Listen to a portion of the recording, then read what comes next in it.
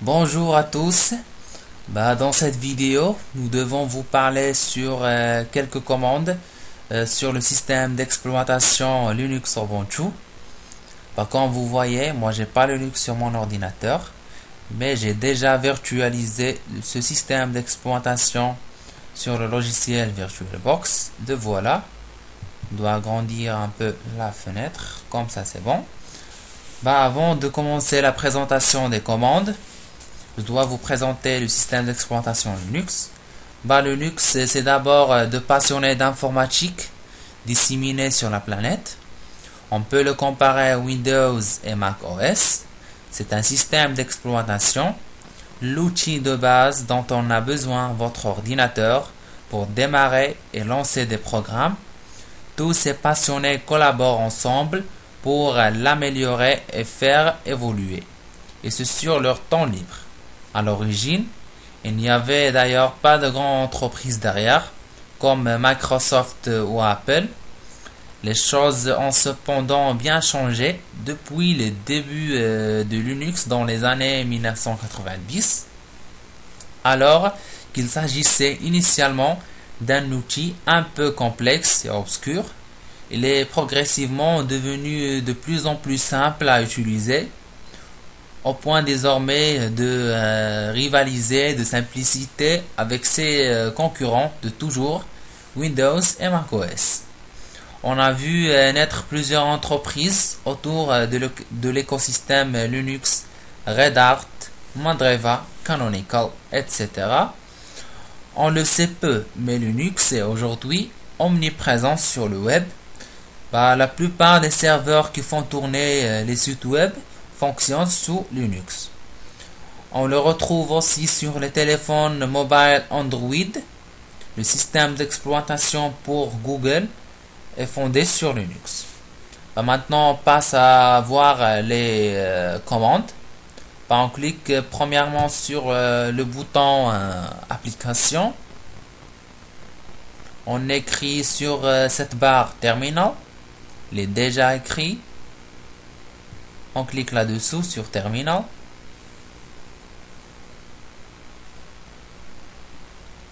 On travaille dans la console en tapant ce qu'on appelle des commandes. On peut ajuster la console comme on veut. Par exemple, on doit changer la couleur de l'arrière-plan pour mieux visualiser les commandes qu'on devra écrire. On clique droit, Profiles, Preferences.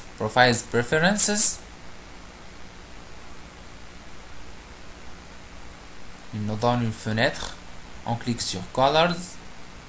Après, on décoche Use Colors from System Theme. On la décoche. On a par défaut la couleur avec laquelle on doit écrire. C'est la couleur noire. Et la couleur de l'arrière-plan est blanche. On doit cliquer sur Close. Les commandes étant nombreuses, on a des commandes simples, comme si on veut connaître la date d'aujourd'hui.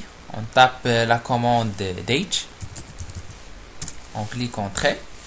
Il nous donne la date d'aujourd'hui et l'heure actuelle. Et si on veut connaître la liste des fichiers et des dossiers du répertoire actuel, on peut taper la commande ls. Voilà les dossiers qui existent dans notre répertoire actuel. Le système, il colore les dossiers, il ne colore pas les fichiers.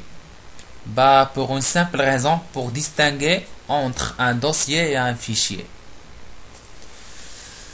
On peut ajouter à la commande ce qu'on appelle des paramètres. Et les paramètres sont séparés par un espace.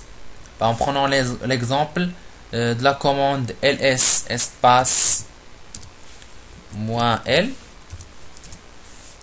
Cette commande, il nous donne des informations sur les dossiers et les fichiers qui existent sur notre répertoire actuel. Par exemple, il nous donne la capacité de ces dossiers ou ces fichiers et la date de modification. Lorsque nous ouvrons la console pour la première fois, Linux nous place dans notre dossier personnel la commande qui nous permet de connaître exactement notre répertoire actuel. C'est la commande pwd. Nous sommes maintenant sur le répertoire Ubuntu qui est sous le répertoire Home. On peut créer de nouveaux fichiers sur notre répertoire actuel avec l'utilisation de la commande touch et suivi du nom du dossier qu'on veut créer. Par exemple, on l'appelle ETE2. On clique sur Entrée. Pour voir notre fichier, on doit exécuter la commande ls encore une fois. Le voilà notre fichier. Il n'est pas coloré comme j'ai déjà dit car c'est un fichier. Il est maintenant sur notre répertoire actuel. Et ce qui concerne la création des nouveaux dossiers sur notre répertoire actuel, on utilise la commande mkdir suivi du nom du dossier. On l'appelle par exemple ETE, par exemple ESTS. Fait entrer. Pour voir les dossiers et les fichiers encore une fois qui existent sur notre répertoire, on fait la commande ls. Le voilà notre dossier qu'on vient de créer. Le voilà, ESTS. Il est coloré car c'est un dossier. Pour exécuter ce dossier qu'on vient de créer, on utilise la commande cd suivi du nom du dossier qu'on vient de créer, c'est ESTS. Clique sur Entrée. Le voilà, comme vous voyez, maintenant on est sur le dossier ESTS. On peut éditer les fichiers par une commande nano. Il est suivi du nom du fichier. La première chose à faire, c'est de remonter de ce dossier ESTS premièrement. On utilise également la commande cd. Le voilà, on n'est plus sur le dossier ESTS. Maintenant, on utilise la commande nano suivi du nom du fichier qu'on a déjà créé, ETE2. ETE2. Le voilà. Maintenant, on peut écrire ce qu'on veut dans ce fichier. Par exemple, on doit écrire par exemple l'école supérieure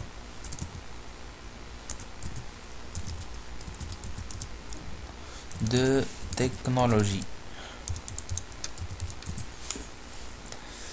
On enregistre les modifications par CTRL-O. On fait Entrée. Et on quitte par CTRL-X.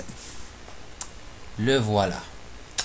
Pour afficher le contenu de ce fichier, on utilise la commande more et suivi du nom du fichier, c'est ETE2. Clique Entrée. Le voilà le contenu, c'est l'école supérieure de technologie. Pour copier un fichier sur un autre dossier, on utilise la commande cp. Cette commande doit être suivie du nom du fichier. C'est ETE2 par exemple. Le nom de fichier doit être suivi du nom du dossier où on veut copier. Par exemple, on copie dans le dossier ESTS. On clique sur Entrée. C'est bon, maintenant notre fichier est copié dans le dossier ESTS. Il y a une autre commande aussi pour déplacer un fichier sur un autre dossier. On utilise la commande v suivi du nom du fichier. On prend notre fichier ete2, puis le nom du dossier où on veut déplacer. Par exemple, on prend un de ces dossiers qu'on a déjà. Par exemple, on prend le dossier document.